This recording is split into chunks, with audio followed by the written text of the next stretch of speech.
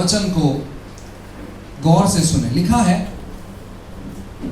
17 number का वचन पढ़ूंगा मैं, भजन संहिता 118 वचन 17। ऐसा लिखा है, मैं ना मरूंगा वरन जीवित रहूंगा और परमेश्वर के कामों का वर्णन करता रहूंगा। हालेलुया। अब कोई भी यहाँ ना देखे, मैं चाहूंगा कि आप सभी लोग ध्यानपूर्वक मेरे ओर अपने ध्यान को लगाएं, मेरे ओर अपना केंद्रित करें। सबसे पहली बात, अगर आप पहली बार अगर ऐसे सभा में आए हैं, आप यीशु को नहीं जानते हैं, नए व्यक्ति है, सो हम प्रभु यीशु मसीह के नाम से आपका स्वागत करते हैं।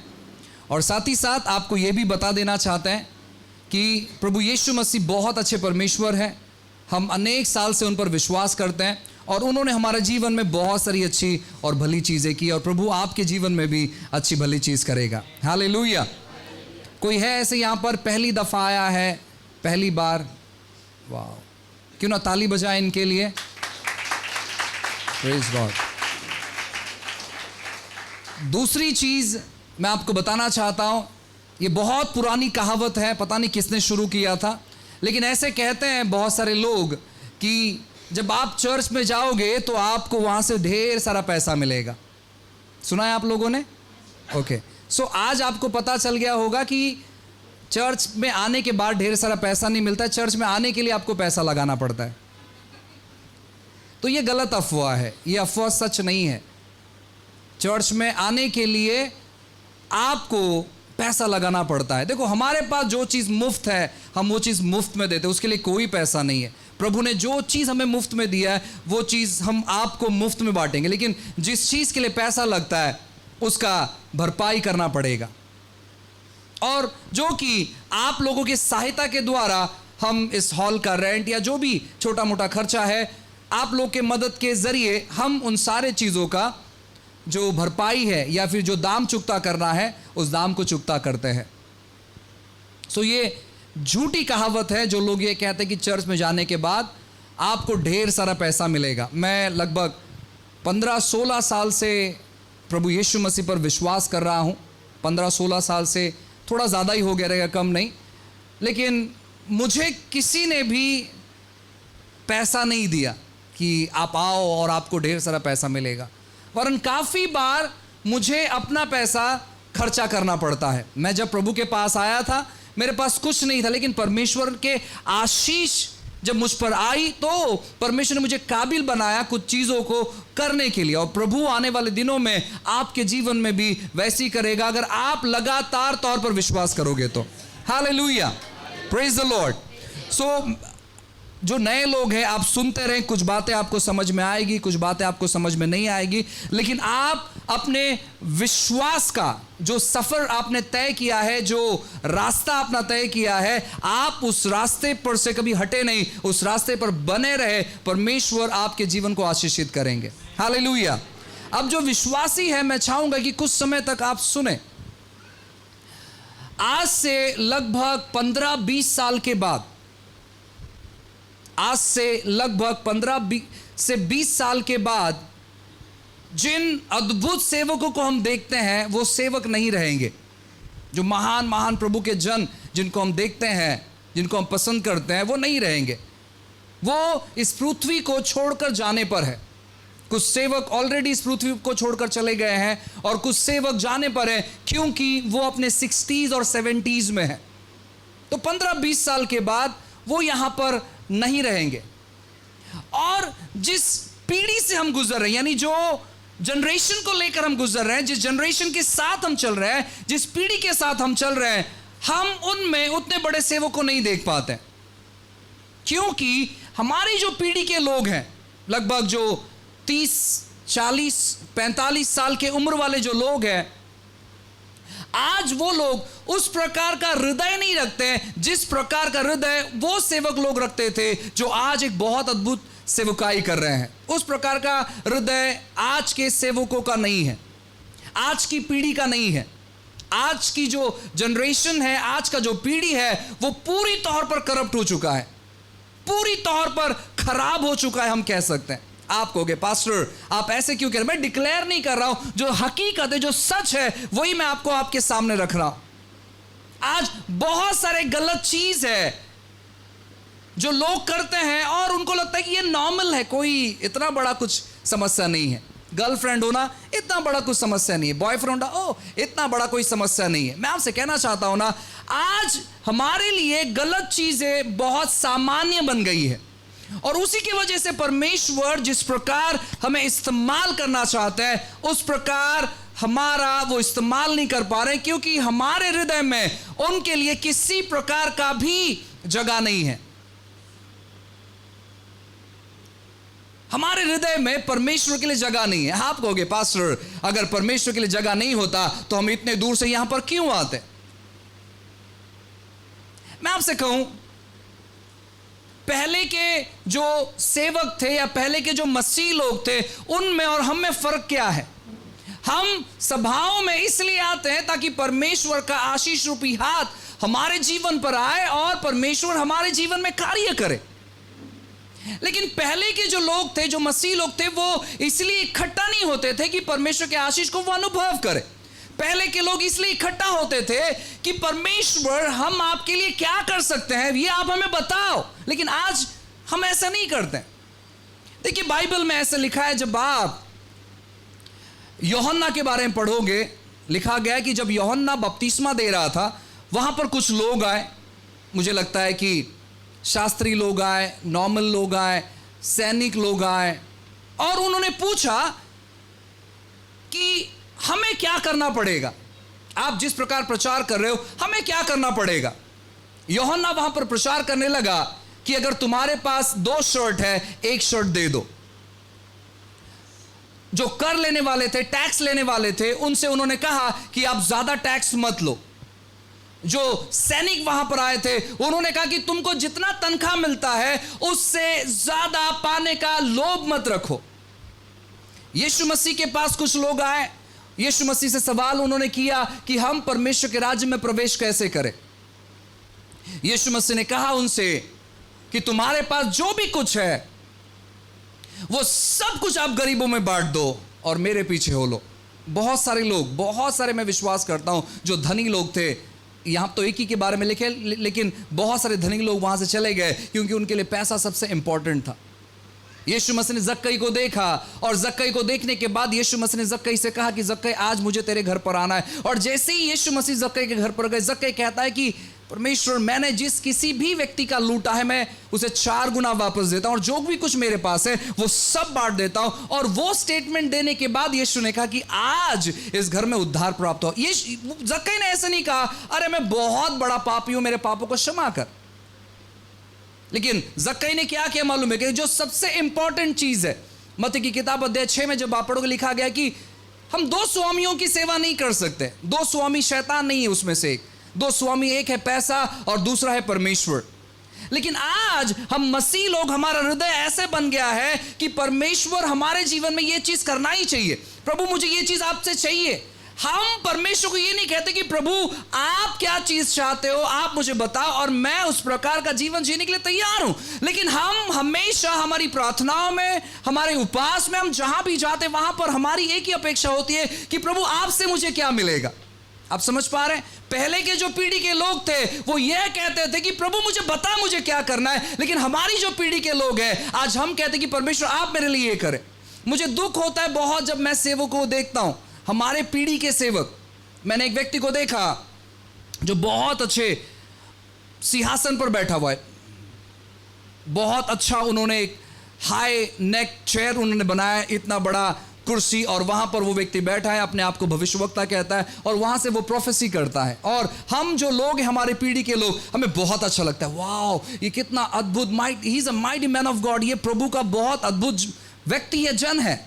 लेकिन किसी भी भविष्यवक्ता ने पूरे बाइबल में इस प्रकार की सेवकाई नहीं की है। आज जब आप फेसबुक अपना ओपन करोगे, हजारों लाखों वहां पर प्रॉफिट्स पड़े हुए हैं जो प्रॉफिट कमाने के पीछे हैं। और हम जो जनरेशन के लोग हैं हम इन्हें बहुत फॉलो करते हैं और हमें लगता है कि एक मुझे भी प्रभु ऐसा ग्रेस चाहिए। वो ग्रेस नहीं है, वो डिसग्रेस है। उससे कोई सेवा नहीं हो रहा है। किसी भी भविष्यवक्ता ने पूरे बाइबल में इस प्रकार की सेवकाई नहीं की है। तो सोचो परमेश्वर ने किस एंगल में हमें जाने के लिए कहा है और हम किस एंगल में जा रहे हैं। और ये सब चीज देखकर हम थोड़ा सा भी दुखित नहीं होते हैं। हमें ये सब चीज देखकर हम कहते हैं ठीक है, वो उसका प्रॉब्लम है, मैं बस अच्छे से अपना जीवन बिताऊंगा। परमेश्वर ने आपको एक नॉर्मल, एक सामान्य जीवन बिताने के लिए नहीं चुना है। परमेश्वर ने आपको चुना है कुछ तो अद्भुत करने के लिए। और यह आपको पहचानना है, यह आपको जानना है कि मैं एक सामान्य व्यक्ति नहीं हूं। अगर परमेश्वर ने मुझे चुना है तो परमेश्वर ने मुझे चुना है उसके काम को करने के लिए।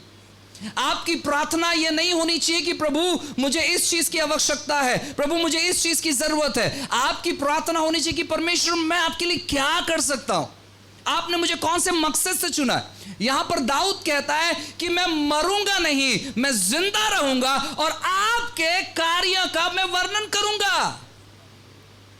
मैं आपके कार्य का वर्णन करूंगा। हम बस पहला भाग पकड़ते हैं, हम कहते हैं कि मैं बस जिंदा रहना चाहता हूं प्रभु, मैं इस बीमारी में मरना नहीं चाहता। क्यों मरना नहीं चाहता? नहीं, बस मैं अच्छे से जीवन बिताना चाहता हूं। लेकिन क्यों जिंदा रहना चाहते हो? अगर आप जिंदा रहते हुए परमेश्वर के कार्यों को नहीं कर रहे हैं तो मर जाना सबसे अच्छा चुनाव है। अगर परमेश्वर ने जिंदा रखा है तो मैं आपसे कहना चाहता हूं ना, उसका दूसरा हिस्सा है कि आपको परमेश्वर के कार्य का वर्णन करना चाहिए। अगर आप वर्णन नहीं कर रहे हैं तो मैं आपसे कहना चाहता हूं यह अच्छा कार्य नहीं है।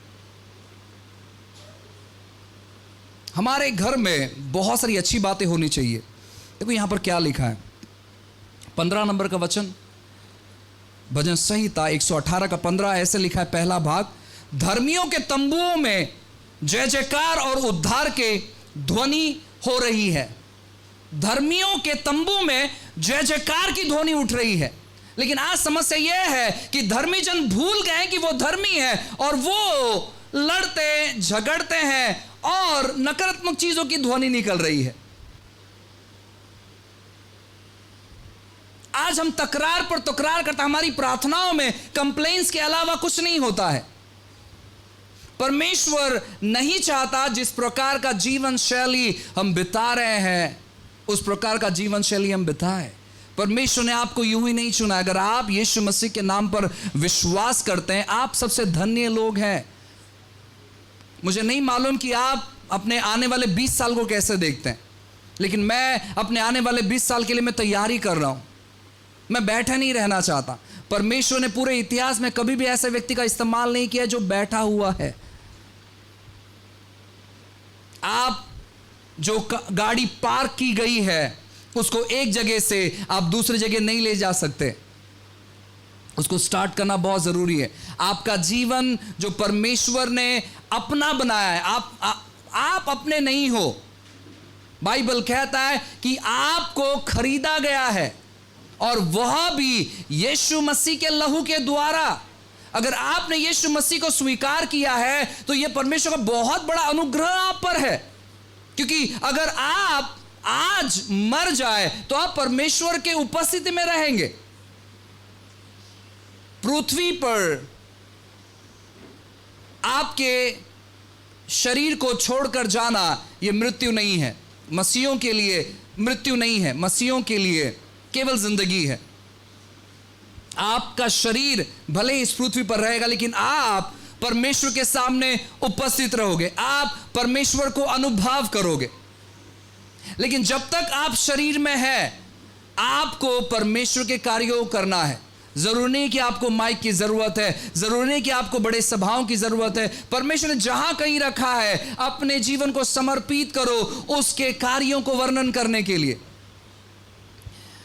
अगर हमारी जो पीढ़ी, हमारा जो जनरेशन है, अगर हमने अपने पीढ़ी को तैयार नहीं किया अच्छा जिंदगी बिताने के लिए, तो मैं आपसे कहूं हम बहुत दुविधा में अपना जीवन बिताएंगे। पूरे इतिहास में सबसे बेकार समय में हम जी रहे हैं, जो कि संसारिक तौर पर अगर हम देखेंगे तो पूरे बेकार तौर पर आज हम ऐसे घटनाओं में जीवन बिता रहे हैं, इतनी अश्लीलताओं में अपना जीवन बिता रहे हैं। ऐसी अश्लीलता पहले कभी नहीं थी पूरे पृथ्वी पर। पूरे पृथ्वी पर कभी नहीं थी। नोहा के समय में भी ऐसे चीजें नहीं थी जो इस 21st सेंचुरी में है। और ये हम बहुत सामान्य लेते हैं। हम कहते हैं कि हमें क्या फर्क पड़ता है।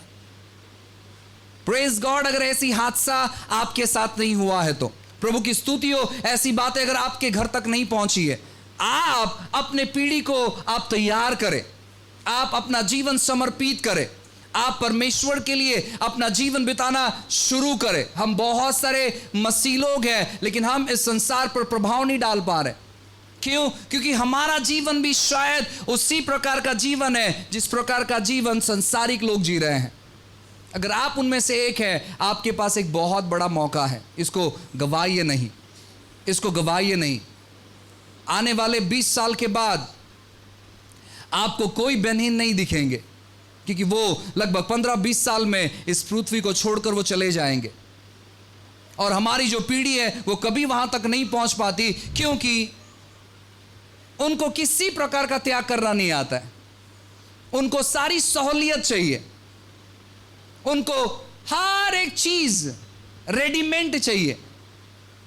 आज हम इतने फास्ट टाइम में जी रहे हैं कि हमें फुर्सत से खाना खाने के लिए समय नहीं है। हम इतने फास्ट समय में जी रहे हैं कि हमें खाना पकाने का समय नहीं है। हम सब कुछ फास्ट करना चाहते हैं। हर एक चीज हमें 2 मिनट और 5 मिनट और 10 मिनट में चाहिए। हम इतने फास्ट समय में जीवन बिता रहे हैं। हर एक चीज हमें क्विक चाहिए। अगर हम होटल में कहीं बैठे हुए, अगर वेटर ने थोड़ा सा लेट कर दिया खाना लाना, तो हम अपना सीमा वहां पर तोड़ देते और हम कहते हैं कि बहुत बेकार है ये होटल, हम दोबारा कभी नहीं आएंगे। हम जल्दी गुस्सा हो जाते हैं। बहुत सारी चीजें हमारे जीवन में ऐसे ही चालू है। अगर हम इसी प्रकार और 10 साल अपना जीवन बिताएंगे तो मैं आपसे कहना चाहता हूं, बहुत बड़े चीज़ों को गवा देंगे। हमें गंभीर होना इस समय बहुत ज़रूरी है। अगर आप अपने 20 से 30 साल के उम्र में हैं, आपको गंभीर होना बहुत ज़रूरी है। अगर आपके बच्चे 12, 13, 15 साल की उम्र में हैं, उनको गंभीर करना बहुत ज़रूरी है। आपको गंभीरता से जीवन बिताना है। आप अश्लीलता का ज़िंदगी नहीं बिता सकते। हम गलत ज़िंदगी बिताकर हम सही चीज़ कभी नहीं कर सकते। गलत जिंदगी बिताकर हम सही चीज़ कभी नहीं कर सकते। आप जितना भी सही करने का प्रयास करोगे, कुछ समय के बाद वो वहां पर रुक जाएगा। अगर आप सही चीज़ करना चाहते हो, आपको परमेश्वर के पास वापस आना है। आज दुखित बात यह है कि संसारिक लोग तो प्रभु को नहीं जानते हैं, वो अलग बात है, लेकिन मसीह लोग हैं वो भी प्रभु को नहीं जानते। वे यीशु मसीह पर विश्वास करने के बावजूद वो सारी गलत चीज़ों से भरे हुए हैं और उनको कोई दुख नहीं है। उनको कोई दुख नहीं है, उनको किसी प्रकार की समस्या नहीं है, उनको किसी प्रकार की तकलीफ नहीं है। वो कोई भी बातें उनको चोट नहीं पहुंचाता है। वो कहते हैं कि सब कुछ चलता है। मैं आपसे कहना चाहता हूं, एक दिन ऐसा आएगा जहां पर हमें मुड़ने के लिए मौका नहीं मिलेगा। एक दिन ऐसा आएगा जहां पर हमें पश्चाताप करने का समय नहीं मिलेगा। अगर आप आज का दिन इस्तेमाल करते हो अपने मन को बदलने के लिए, अपने जीवन को बदलने के लिए, तो मैं आपसे कहना चाहता हूं ना, हम बेहतरीन चीज़ों को देखेंगे। आने वाला जो पीढ़ी है, होने दो उसको हम तैयार करने वाले लोग बन जाए। आपने इससे पहले क्या किया है वो सब भूल जाए, लेकिन इसके बाद आपको अपने आप को तैयार करना पड़ेगा, क्योंकि ये बहुत गंभीर समय है, बहुत गंभीर समय है। कल्पना करें ना, 20 साल के बाद आपको कोई सेवक दिखेगा नहीं। मुझे याद है आज से लगभग 15 साल, 16 साल या 17 साल पहले जब मेरा उद्धार हुआ था, उस समय बहुत सारे सेवक लोग इतना समर्पित जीवन बिताते थे, इतना समर्पित जीवन बिताते थे कि मैं क्या कह सकता हूं आपको। इतना समर्पित, उन्हें कोई सैलरी नहीं मिलता था। वो कहते थे कि हम प्रभु के लिए सेवा करने के लिए तैयार है। मैं बीते दिन एक व्यक्ति से बातें कर रहा था। मैंने कहा कि आप भाई सेवा करना शुरू करो, परमेश्वर आपके जीवन को आशीषित करेंगे। उन्होंने कहा, पास्टर अगर आप मुझे मदद करने तैयार है तो मैं सेवा करने तैयार हूं। मैंने कहा, किस प्रकार का मदद मैं आपको कर सकता हूं? उन्होंने कहा देखो मुझे मेरे घर का सैलरी रेंट भरना है, वो आप मुझे सहयोग करो, मुझे लाइट बिल भरना है, वो आप सहयोग करो, मुझे मुझे मेरे लड़के का फीस भरना है, वो आप मुझे सहयोग करो। मैंने कहा इससे अच्छा है कि सेवा करने से अच्छा कि जाके आप काम कर लो, वो बेहतर रहेगा। आज कोई भी व्यक्ति सेवा में नहीं आना चाहता है। मालूम है क्यों? क्योंकि उन लोगों ने देखा है कि सेवक किस प्रकार का जीवन शैली बिताते हैं। हमें उन सारे पीढ़ी को हमें सिखाना है कि सेवा किस प्रकार की जाती है। अगर हम कंफर्ट जोन में रहकर अगर हम सेवा करने के लिए निकले, तो मैं आपसे कहना चाहता हूं वो सेवा नहीं है। पूरे बाइबल में किसी भी एक भी व्यक्ति ने अपना जीवन इस प्रकार नहीं बिताया कि जहां पर वो बहुत कंफर्टेबल है। पूरे बाइबल में आप कल्पना कर देखिए ना, पूरे बाइबल में किसी एक सेवक का जिंदगी बता दो जो बहुत आरामदायक जिसने सेवा किया, एक भी व्यक्ति नहीं है। लेकिन आज हम क्या सीखते हैं मालूम है? आज हम सीखते हैं कि परमेश्वर आपको, मैं देख रहा हूं कि एक बहुत बड़ा बंगला दे रहा है, और वो बंगले के पीछे वो व्यक्ति अपना जो आधा जिंदगी है वो उसी प्रार्थना में बिता देता है। बंगला मिलता है लेकिन वो व्यक्ति कोई काम का नहीं रहता है। आप समझ पा रहे हैं? मैं खिलाफ नहीं हूं बंगले के, प्रभु करे आपके पास हजारों बंगले रहे, मुझे कोई प्रॉब्लम नहीं है बंगले का। मुझे समस्या यह है कि हमारे दिमाग में बंगला नहीं बनना चाहिए कि नहीं, वो उसी के पीछे हम नहीं रहना चाहिए। अगर परमेश्वर ने हमको सेवा के लिए बुलाया है, हमारा जीवन समर्पित होना चाहिए। अगर परमेश्वर ने आपको सेवा के लिए बुलाया है, हमें समर्पित जीवन बिताना है। हमारे जीवन में हमें परमेश्वर के उस क्रूस को वापस लेकर आना है। हमने कहीं ना कहीं उस क्रूस को गवा दिया है, इसलिए सारी अश्लीलता हमारी जिंदगी में आ चुकी है। आज सेवक लोग, मसीह लोग, इनके एक्स्ट्रा मैरिटल अफेयर्स हैं, लेकिन वो कहते कोई प्रॉब्लम नहीं है, प्रभु अनुग्रहकारी है, प्रभु अनुग्रहकारी है, परमेश्वर कृपालु है, प्रभु दयालु है। लेकिन प्रभु अश्लील चीजों को इस्तेमाल नहीं करता है, प्रभु गलत चीजों को इस्तेमाल नहीं करता है भाई। और हम मसीह लोग उस प्रकार का जीवन जीना चाहिए। हम मसीह लोगों को समझना होगा, खास करके उन लोगों को जो लोग सेवा के लिए बुलाए गए हैं, जिनके हृदय में अगर एक भी बार ऐसे आया कि मैंने तुझे सेवा के लिए चुना है, आपको पूरी तौर पर अपना जीवन समर्पित करना है। शत्रु आज कलीसियाओं में मसीहों के जीवन में इस प्रकार प्रवेश कर लिया है कि लोगों को समझ में नहीं आ रहा है कि लोग हम किस प्रकार जीवन बिताएं, किस प्रकार हम जीवन बिताएं। मैं ऐसे बहुत सारे लोगों को जानता हूं जो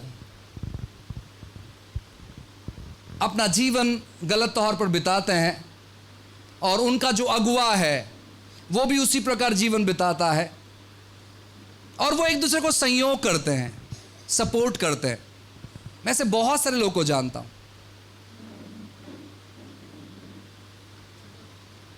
मैं आपसे कहना चाहता हूं, अगर हम इसी प्रकार का जीवन अपने जीवन में बिताएं, इसी प्रकार का जीवन शैली अपने जीवन में रखें, एक टाइम ऐसे आएगा जहां पर जो चीज़ें परमेश्वर हमारे जीवन में करना चाहता है, हम उससे कोसों दूर चले जाएंगे, कोसों दूर चले जाएंगे, क्योंकि प्रभु हमारा इस्तेमाल नहीं कर पाएगा। अगर इस जनरेशन में परमेश्वर ने आपको चुना है तो बहुत बड़े मकसद से उसने आपको चुना है। आज हमें सेवकों की ज़रूरत है, जो सेवक खड़े हो सके और बता पाए कि आप का जीवन शैली इस प्रकार होना चाहिए। देखो, परमेश्वर बहुत अच्छा है, मैं वापस कहना चाहता हूं, वो बहुत अनुग्रहकारी है, वो बहुत कृपालु है, वो बहुत दयालु, वो आपसे किसी से भी नफरत नहीं करता है, लेकिन साथ ही साथ वो चाहता है कि हम अपना जीवन पूरी तौर पर उसको समर्पित करें। मैं खास करके उन लोगों से बात कर रहा हूं जो लोग सेवा के लिए बुलाए गए हैं, जो लोग सेवा के लिए बुलाए गए। आपके हृदय में कभी भी अगर ऐसे कोई बातें आई है जहां पर आपको लगता है कि नहीं प्रभु ने आपको सेवा के लिए बुलाया है, तो 100 बार आपको सोचना है।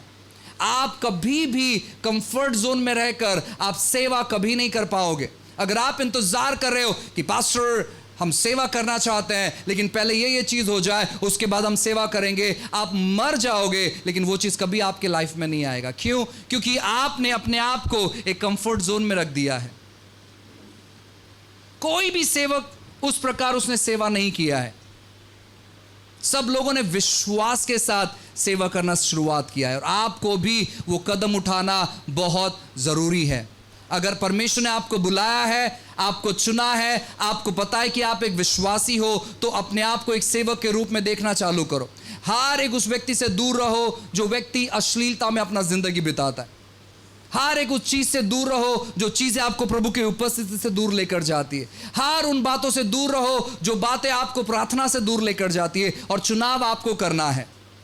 चुनाव परमेश्वर नहीं करेगा, क्योंकि उसने आपको ऑलरेडी बता दिया है कि क्या करना है क्या नहीं करना है। अगर आपने रॉन्ग डिसीजन लिया तो आप बहुत दूर रहोगे, आप सेवा नहीं कर पाओगे, आप सेवा नहीं कर पाओगे। हर उन चीजों से दूर रहो जो चीजें आपके मन में दोष भावनाओं को लेकर आती है। हर एक उन चीजों से दूर रहो। चर्च में बॉयफ्रेंड गर्लफ्रेंड ये सबसे हानिकारक चीज है, ये कॉमन नहीं है। चर्च आज कॉमन हो चुका है चर्च, लेकिन मैं आपसे कहना चाहता हूँ ये कॉमन नहीं है, ये कॉमन बिल्कुल भी नहीं है, क्योंकि परमेश्वर ने आपको सर्वोत्तम जीवन जीने के लिए बुलाया है। और ये जो चीज़ें हैं ये बहुत साधारण चीज़ें हैं। ये साधारण चीज़ें आपके जीवन पर प्रबल नहीं होना चाहिए। आप एक असाधारण लोग हैं। हालेलुया, आप मेरे ओर ध्यान देते रहे। आप लोग असाधारण लोग हैं, और आप लोग असाधारण होने के वजह से आपको अपना जिंदगी भी असाधारण बिताना है। संसार के लोगों के लिए जो चीज़ें हैं वो चीज़ें आपके लिए नहीं है। परमेश्वर ने आपको अलग किया है, और उन चीज़ों को आपको आपके दिल में ग्रहण करना है। उन बातों को आपको समझना है। परमेश्वर ने आपके स्टैंडर्ड को बहुत ऊंचाई पर रखा है।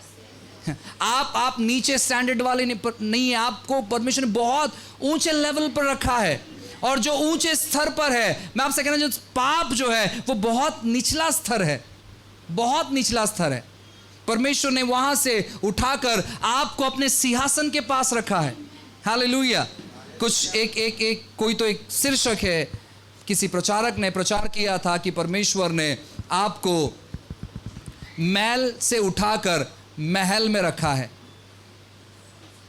लेकिन वो जो महल है वो इस पृथ्वी का महल नहीं है, उसने अपने महल में आपको रखा है। हालेलुया। और आप वहां से सोचना चाहिए, अगर आपके परिवार में, आपके कलीसिया में ऐसे कोई लोग हैं जो जीवन परमेश्वर ने उनके लिए रखा है, अगर वो उस प्रकार का जीवन नहीं बिता रहे, उन्हें मदद करो परमेश्वर के स्टैंडर्ड को जीने के लिए। उन्हें मदद करो, उन्हें सहयोग करो, उनके लिए मध्यस्थी करो, उनके लिए प्रार्थना करो, उनके लिए प्रार्थना करो, उनके लिए मध्यस्थी करो। अपना जीवन ऐसे अश्लीलता में मत बिताओ, क्योंकि अगर हम इसी प्रकार जीवन बिताए तो आने वाला जो 15 से 20 साल है वो बहुत खतरनाक रहेगा, वो बहुत डेंजरस रहेगा, बहुत डेंजरस। मैं ये लास्ट चीज़ कहकर हम प्रार्थना करेंगे। मैं चाहूँगा कि जब आप लोग अपने घर पर जाए, आप देखें कि परमेश्वर ने बीते दिनों में बेदारी की शुरुआत कैसे की थी। हम एंड डेज में नहीं हैं, हम एंड आवर्स में हैं, हम अंत के दिनों में नहीं हैं, हम अंत के क्षण में हैं। और इस अंत के क्षण में परमेश्वर पूरे दुनिया में अपनी आखिरी बेदारी को लाने पर है। और वो शुरुआत देखो, बहुत सारे लोगों ने भविष्यवाणी की है कि वो शुरुआत परमेश्वर मुंबई से करेगा। बहुत सारे बड़े बड़े प्रभु के जन ने, इवन विदेशों में ये भविष्यवाणी हुई है कि परमेश्वर जो है ना इंडिया से रिवाइवल को लेकर आएगा। तो जब मैं इस चीज़ के बारे में पढ़ रहा था, मुझे एक चीज़ पता चला। आपको मालूम है पवित्र आत्मा का आग 2 बार उतरा है जब तक मुझे पता है। एक बाइबल के दिनों में यरूशलेम में जब 120 लोगों पर उतरा था, और दूसरा है हमारे महाराष्ट्र में, मालूम है केड़गांव मुक्ति मिशन, पंडित रमाबाई। यहाँ से लगभग 3-3.5 घंटे का रास्ता है केड़गांव मुक्ति मिशन। सो एक यरूशलेम में और दूसरा भारत में। हम इतना बड़े इतिहास में रह रहे हैं, इतना बड़ा अद्भुत जगह पर हम लोग रह रहे हैं, लेकिन हमारा ध्यान, हमारा जो विचारधारणा, हमने कितने खुद को नीचे गिरा दिया।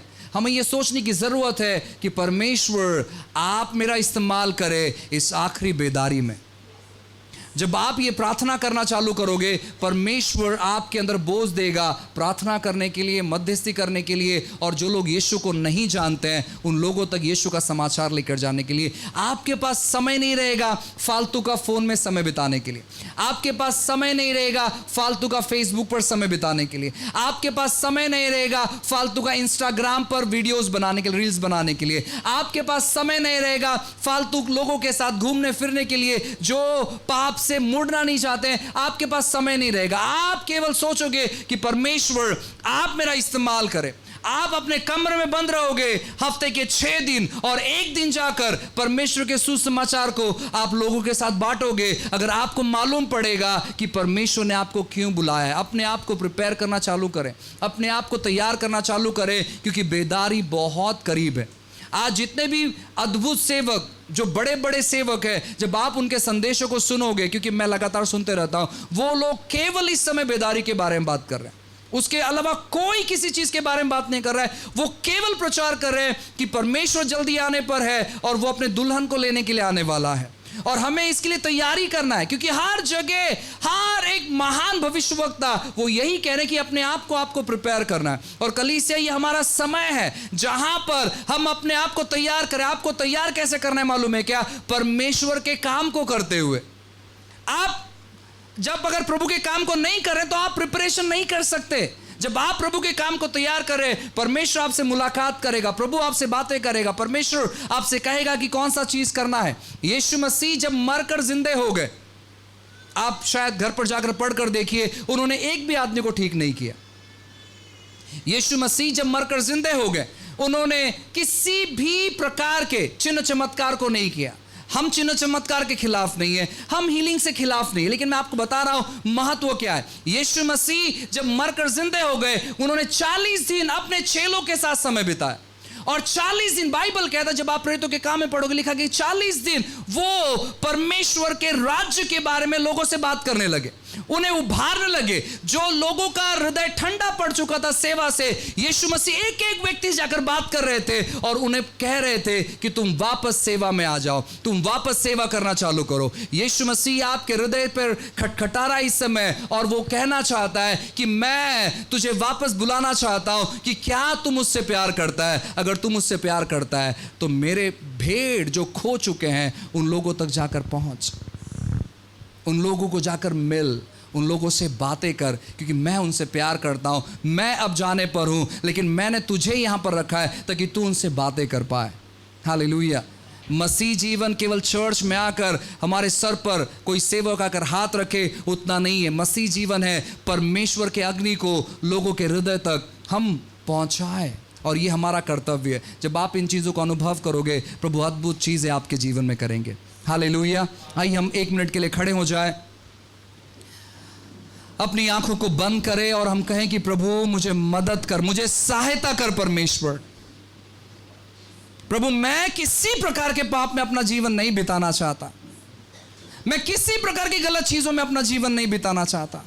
मुझे मदद कर कि मैं आज से आपके दूसरे आगमन के लिए परमेश्वर तैयारी करूं।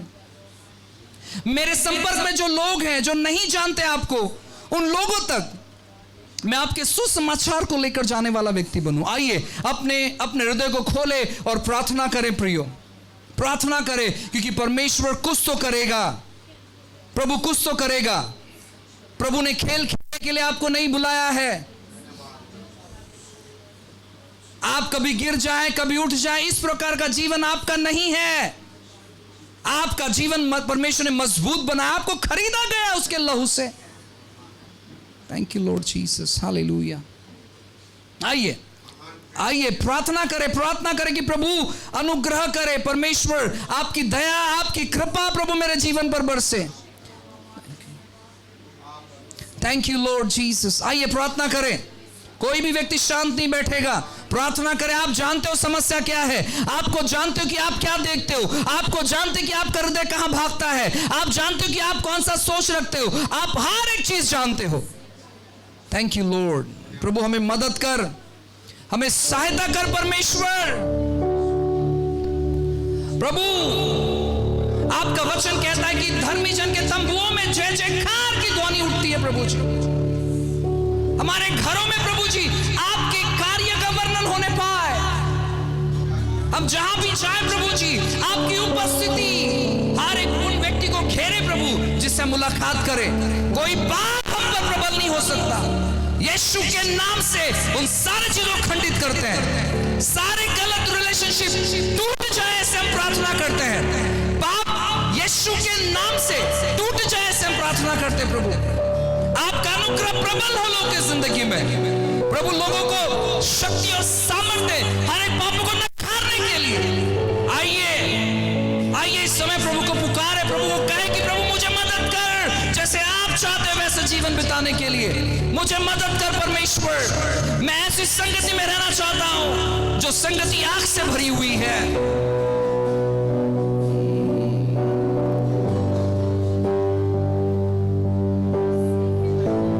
आइए प्रार्थना करें, प्रार्थना करें, प्रार्थना करें। कलीसिया उसका वचन कहता है कि अधोलोक के फाटक कलीसिया पर प्रबल नहीं होगी। अधोलोक के फाटक कलीसिया पर प्रबल नहीं होगी। और जो कलीसिया में अश्लीलता चलती है, जो जिस कलीसिया में गलत बातें होती है, वो कलीसिया प्रभु की ओर से नहीं है, क्योंकि कलीसिया यीशु के लहू से धुली हुई है। और जो कलीसिया यीशु के लहू से धुली हुई है वो अशुद्ध नहीं ठहर सकती। जो कलीसिया यीशु के लहू से धुली हुई है वहां उसके अंदर गलत बातें नहीं आ सकती, क्योंकि लिखा गया कि अधोलोक के फाटक प्रबल नहीं होंगे। अधोलोक के फाटक आप पर प्रबल नहीं होंगे। अधोलोक के कोई कार्य आप पर प्रबल नहीं होंगे। शत्रु के कोई हथियार आप पर प्रबल नहीं होंगे, क्योंकि आपको धोया गया है उसके बहुमूल्य लहू से। आइए हर एक गलत बातों को धिक्कारिए। जो बातों से आप गुजर रहे हो उसे नकारिए, उसे कहे आपके जीवन से चले जाने के लिए, और वो चले जाएगी। Thank you Lord Jesus, hallelujah. धन्यवाद प्रभु यीशु। प्रभु हम पर अनुग्रह करें, प्रभु कृपा करें राजा।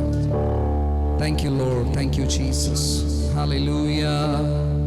धन्यवाद यीशु। प्रभु परमेश्वर इस समय हम आपके सामर्थशाली हाथों में खुद को समर्पित करते हैं प्रभु जी।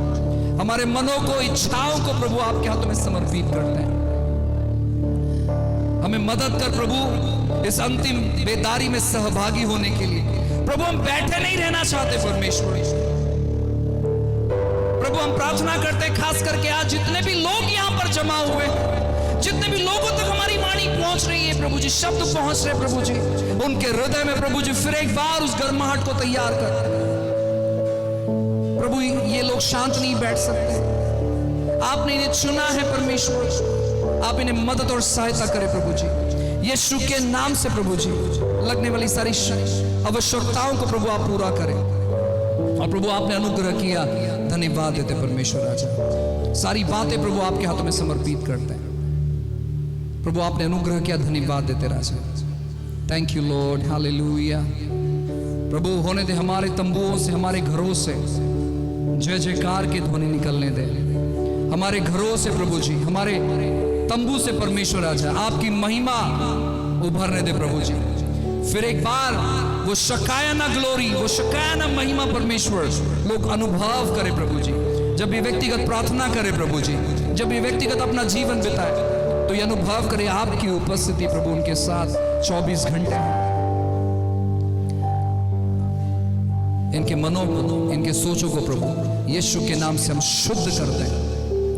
आपके लहू के छिड़काव से परमेश्वर आपने प्रभु इनके मनों को शुद्ध किया, धन्यवाद देते हैं। चीजों को, स्थिति को, परिस्थितियों को आपके हाथों में समर्पित करते हैं। महान महिमा आपको देते हैं। प्रार्थना यीशु के नाम से मांगते हैं, आमेन, आमेन, हालेलुया। आइए क्यों ना यीशु के लिए जोरदार ताली बजाएं।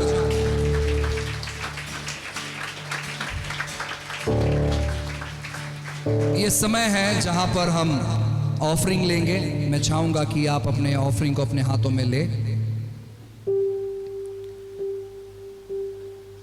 जो भी आप सर्वोत्तम कर सकते हैं आप सर्वोत्तम करें। प्रभु आपको जरूर ब्लेस करेंगे। Thank you Jesus, thank you Lord. इन पैसों का हम इस्तेमाल करते हैं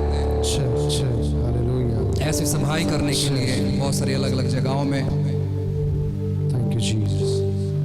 जो विशेष तौर पर बोलना चाहता है विशेष तौर पर बोल सकते हैं। अगर आप लगातार मंथली हमारा पार्टनर्स बनना चाहते हैं तो जब सभा खत्म होगा बाहर आप फॉर्म्स भर सकते हैं। आइए हम प्रार्थना करें और इस अर्पण को लें।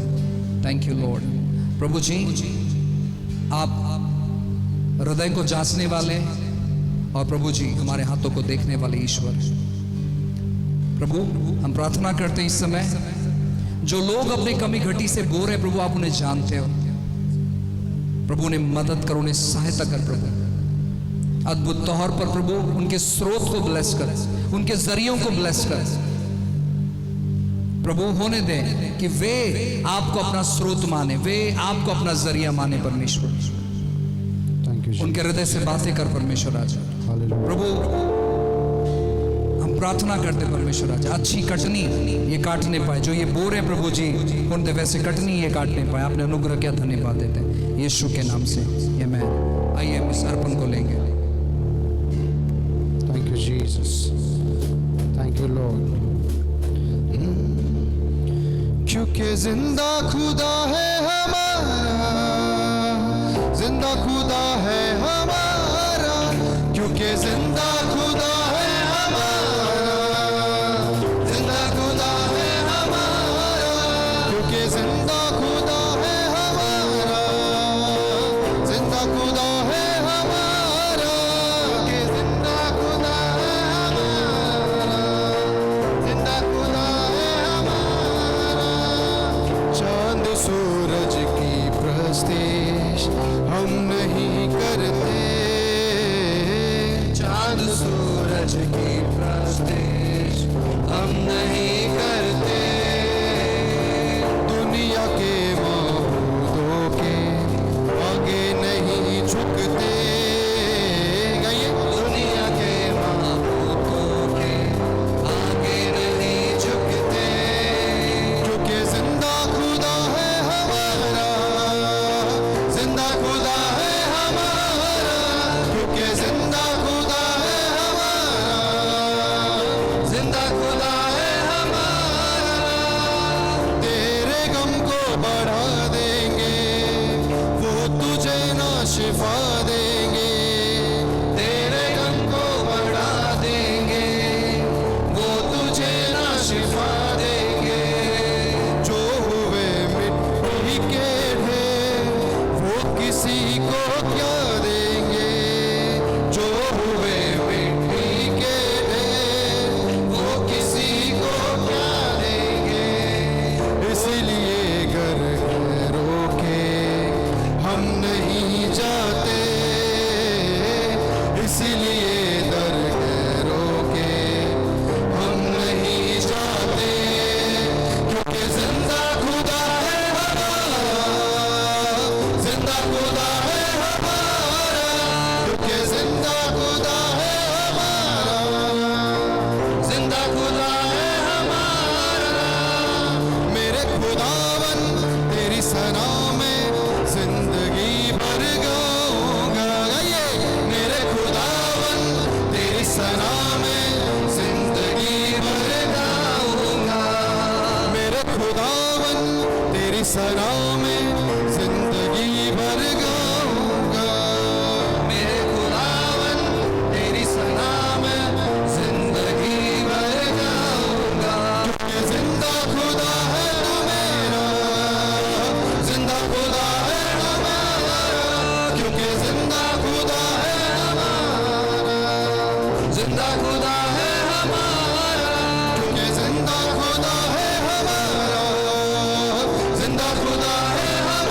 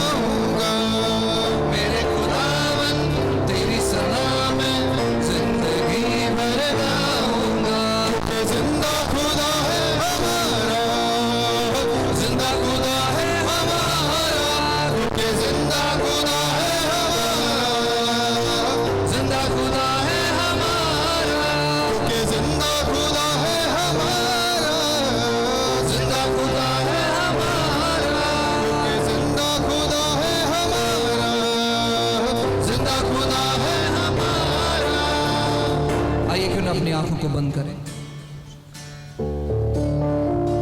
Thank you, एक अच्छी Jesus. आराधना प्रभु को हम भेंट के तौर पर चढ़ाएं। कोई भी व्यक्ति अपने आंखों को नहीं खोलेगा। मैं चाहूंगा कि सब लोग अपनी आंखों को बंद करें Jesus. और पूरे हृदय के साथ प्रभु से कहे कि प्रभु मैं इसके बाद ऐसे शांत नहीं बैठना चाहता। Yes, Lord. प्रभु एक उपकार आप मुझ पर करें कि आप प्रभु जी फिर एक बार उस आग को मेरे अंदर जलाए कि मैं ना ही तो शांत बैठूंगा और ना ही तो किसी को शांत बैठने दूंगा। आइए प्रार्थना करें, मध्यस्थी करें और आराधना करें। Thank you, Lord Jesus. धन्यवाद यीशु। Thank you, Jesus. Come on, प्रार्थना करें प्रियो, क्योंकि आज की शाम खुदा अद्भुत बातों को करने पर है। आज की शाम परमेश्वर ऐसी बातों को करने पर है जो आपके जिंदगी के लिए जरूरी है। इस समय अपने होठों को खोलेंगे और विश्वास को मजबूत करेंगे और परमेश्वर से अपेक्षा करेंगे। मैं आपसे कहना चाहता हूं, जो भी अपेक्षाओं के साथ आया है वो उत्तरों के साथ वापस जाएगा।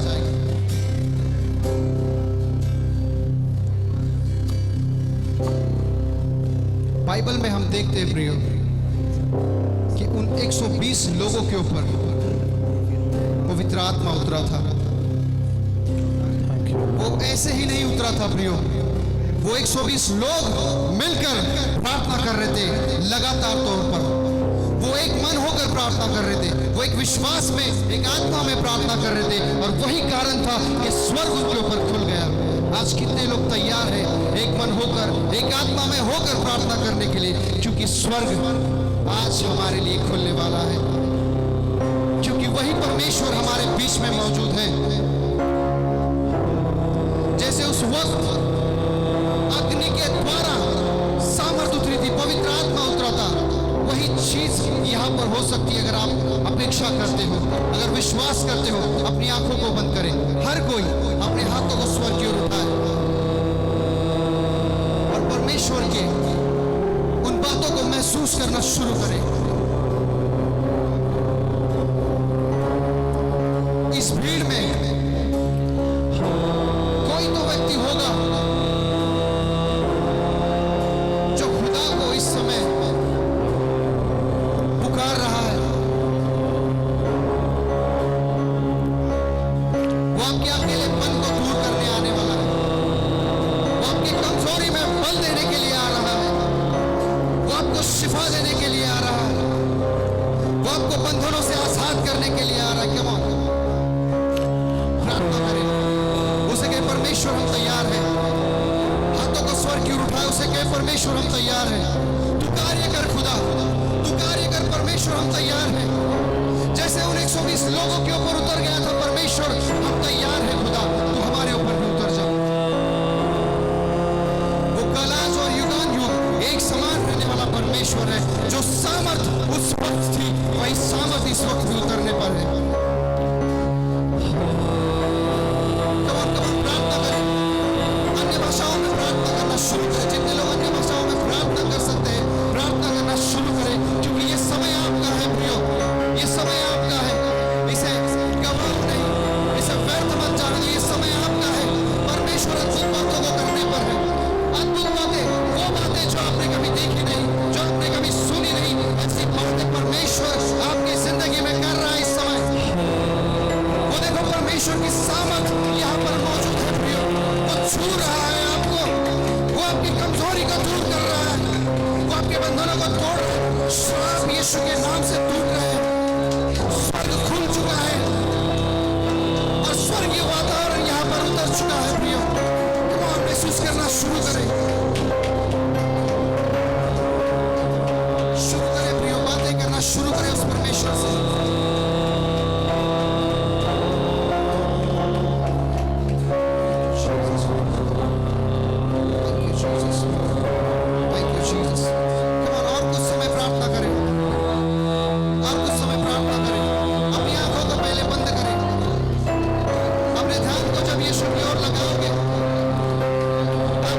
महसूस करना